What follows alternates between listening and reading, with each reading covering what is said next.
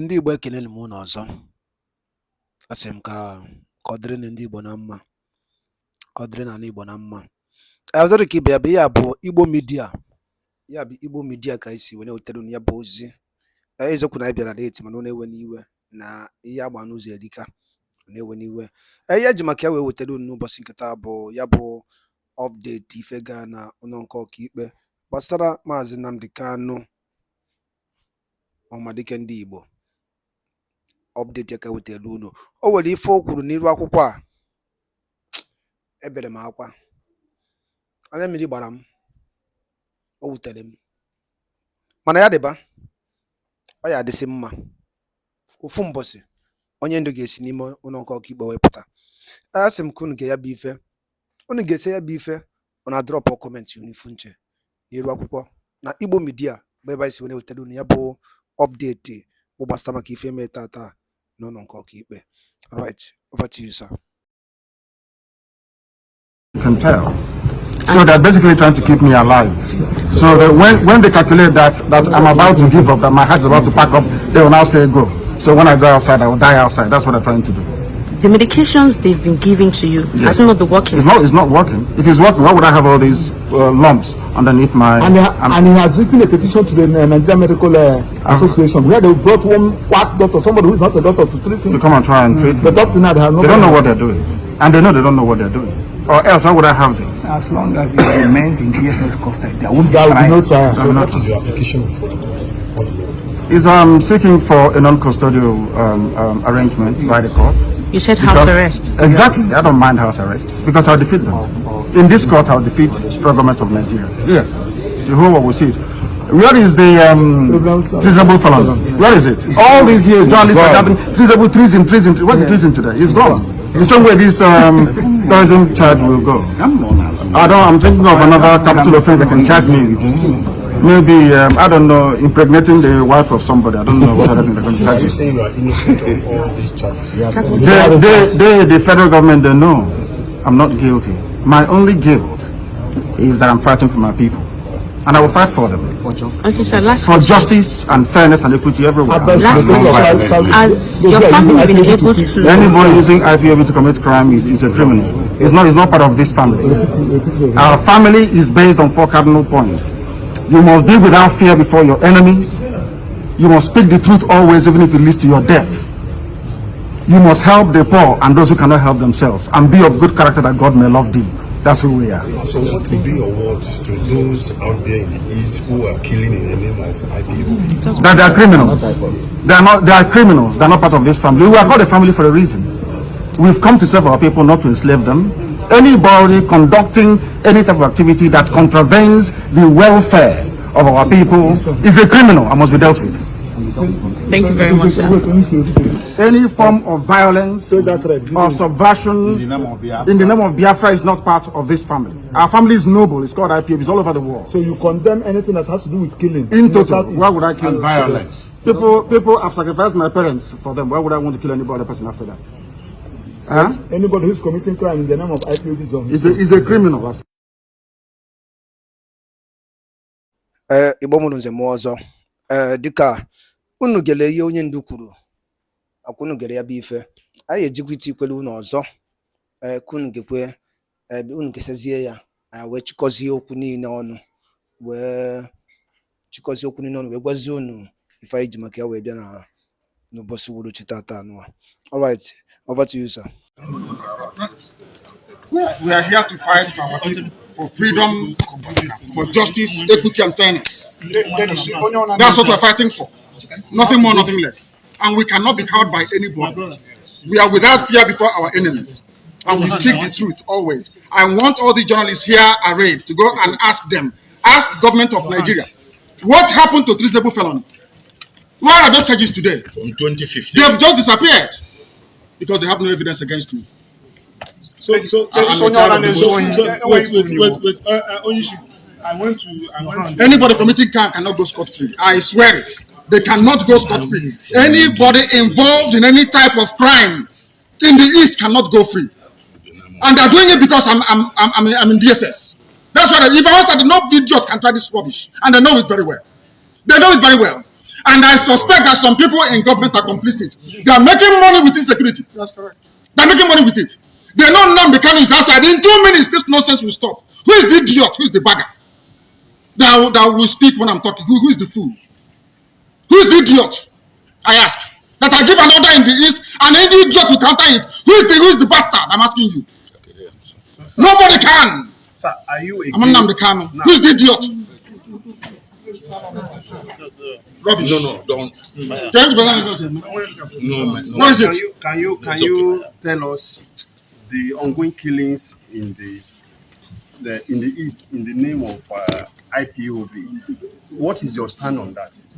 Anybody involved in any form of violence or insecurity in the southeast in the name of IPOB is a gunner, and they know it. Let me come out of this nonsense, this mess. 2 minutes only. Only 2 minutes, I guarantee you. And there'll be peace in the east, not just southeast. Everywhere in the east, if not the entire south. Huh? Yes. Thank you, sir. And they know it very well. They know very well. And I suspect that some people in government are complicit. They are making money with insecurity. That's correct. They are making money with it. They know Nnamdi Kanu is outside. In 2 minutes, this nonsense will stop. Who is the idiot? Who is the bagger? That will speak when I'm talking. Who is the fool? Who is the idiot?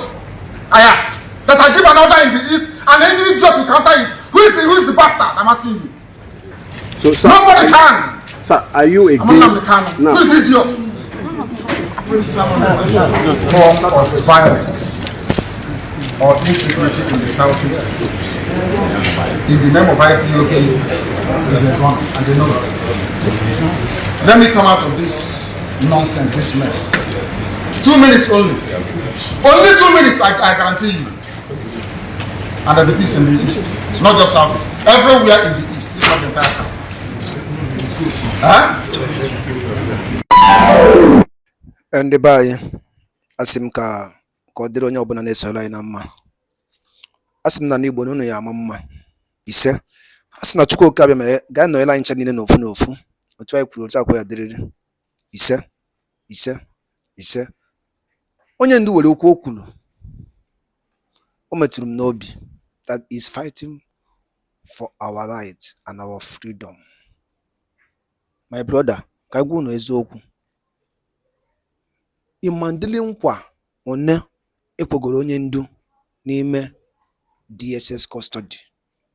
O wee sị mba, I will never betray my people. Gee ntị ka m gwakwa unu maka ndị a nọ n'ubu ndị isi nọ bụ ndị politicians eweleche ma Onyendu na-azọ sọsọ nke ya. Mazi Nnamdi Kanu bụ Onyendu na-azọ for the freedom of all the people, even that child I feel in Imo, for the betterment of their future. Oya ka Mazi Nnamdi Kanu na-azọ. Mana ọ na-ewute m. Maka ime o ji ewute m bụ Mazi Nnamdi Kanu alapụghị ife niile o welu. Ni ya family ya. Gị na family gị na-abịa bata inyekwuru nwunye gị, o sie nri nye gị, irie, ịtọsa ike, si na nwere ihe na-eme why n'ife na-eme. Nwa ahụ ị na-amụ ka the betterment of the future of that child tomorrow. That is the cause Onyendu. Ife aka ọ na-fight ifo mụ na gị na mbụ. Ọ na-ewute m na anyị nọ ma ndị politicians a ya anụ. Onyendu aka na ụlọ nke ọkaikpe. Ọbụna a na-akọ ya anya mpụ. Ma ife nyesi gị na anya mpụ ka a na-akọ. Ihe aligide ugwu a na-echetebe n'azụ. Appeal court bụ the second up court na Nigeria discharge Mazi Nnamdi and acquitted. Was discharged and acquitted. A na-agbaghalị maka na onye Igbo maka na ọ na-ekwu eziokwu. Ọ sị na ife a na-eme mana gị na mba adịrọ na mma. Mana instead of anyị wee ma ife, onye Igbo pụta ọsị ọ gbasara ya business, ị na-eme business. Ọga eziokwu bụ anyị na-eme business o na ndị Igbo business. Nke ikpeazụ akịta anụ na-akwụ n'ụfụ ka ọ si ada wọtọ business anyị feed na ị na-atụ ka exchange rate ya. Every time we keep on stressing ourselves, things are not changing. What if they change? Every time we keep on complaining. after this government, the next government ya bụtakwa na abụkwa worst. Onyendu si mba na ọ ya ana na ọ ya kpọrọ ụmụnne ya wee na ndị bụ onye Igbo bụ politician ikwesịrị fight for the betterment of your own brother. Akwa ndị Hausa ndị Fulani kidnapped about 200 students na school. Akwa onye Hausa wepụtara onwe ya ndị Igbo ifele eme unu ifele eme ndị Igbo ana m ekwusi ike ifele eme ndị Igbo. Okwu onye Hausa onye Fulani wepụtara onwe ya publicly that is going to negotiate with these people. Ndị terrorists wee na-akpọ 3.something trillion, 150 motorcycle, 50 healers. A na-ekwu nke ekwuru eburugwo mmadụ ọzọ about 84. Still they keep on ndị nke ha ewere katọrọfa kama ife a na-ekwu bụ they will negotiate with them. Ndị Igbo ifele mee unu ọmụ na-ekwu ya ndị politicians anyị niile kwesịrị ịpụta stand there in solidarity with one nefa that is speaking for the betterment of their children, that is speaking for the betterment ka ụmụfa ga-esi wee dị ndụ wee achieve their heart desire in this world. So Mazi Nnamdi Kanu bụ onye na-ekwu ya. Ọ sị gị n'ife ọ na fight for justice, equity and fairness. Ogwu nke ọha m n'ọnụ drop on na ifunu your own comment, your own contribution the future n'iru akwụkwọ ọsa maka ihe ndị a niile. Obi adịrị anyị mma mana ya bụ ife ọ ya adị mma. Akwa one day onye ajị ife nwa ọkụkọ onye nwe ife nwa ọkụkọ enu one day ọ ka ya ewetukwu ya na ofu mbọsị. Ọ gwara ka m nọ n'Igbo bụ Igbo. Daalụ niile na okwu si na-esoyela anyị n'ife anyị na-eme na Eastern News 24. Anụrụ si mee gịnị ya kọrọ nwanne ya mana ife anyị ga-agba mbọ bụ shie tụsa anyị ya anụ kwurute ụmụnne anyị ndị ọzọ aka. Ọ dị nnukwu mkpa kwurutefe aka ka ha wee fụ ife na-eme. Time elugo ga akpọ nwa meeting wee jụọ nwa ya ajụ ịgbapụchakwa outside ị ka ya natakwa obodo a. That is the kukuma. Daalụ niile na ụmụ ife ka emesịa na ụmụ Igbo. Egbo mụrụ nze m ọzọ anyị na-asịkwa na Igbo ekene ka Igbo na-abịa ọzọ dịka ibe ya bụ ihe abụkwa Igbo media ka isi wee wetara ya bụ nnukwu ozi dị oke mkpa ọnụ nụrụ n'ụbọchị nke taa. Anyị gbasara maka ka ya bụ ife si gaa ana gbasara maka ka o si ada ka ife nwere ike ikwu n'ụdị nke gị gbasara maka ya bụ ife ịnụ Onyendu kwuru n'elu akwụkwọ n'ụbọchị nke taa. Gịnị ka ị nwere ikwu chụkọ mmụọ gị ọnụ wee kwuo okwu maka ọ nwere ofe ife m chọrọ ikwu mana ya bụ ife bụ ndị Igbo mana na ife na Mazi Nnamdi Kanu chọrọ dị m na mma ụmụ anyị ya amụ echi.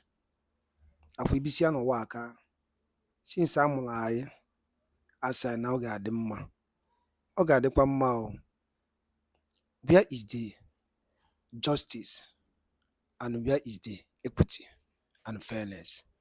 Ofu okwu aka nchọ ka ndọrọpụ n'ụlọ ihe n'Igbo media chịkọ ụnụ mmụọ n'ọnụ ma onye fili n'ọnụ na politics kwesị iji political power ya wee mee something na-adịghị eme ya.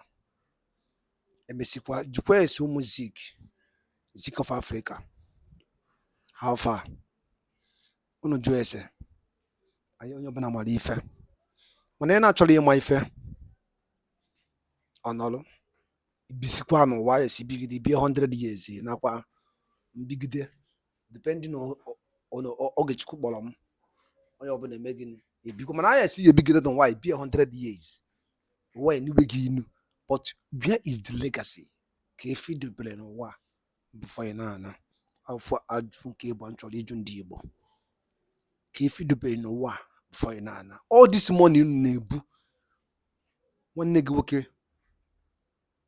wee sị mba na onye ọbụla ga-adị equal and justice. Ife ahụ emere onye ukwu si mee ya onye nta ya waka Mazi Nnamdi Kanu na-azọ were ife ọzọ asị jide ya ka egbuo ngwa na nwoke bụkwa nwanne ya nwoke si jide ya ka egbuo isikwa si jide ya ka egbuo. Akwụna furu ihe na-ada n'ugwu bandit bụ another baptism name enyere ya eburu mmadụ 200 ofu ewepụta wee sị na ọ na-eje ka a negotiate ya.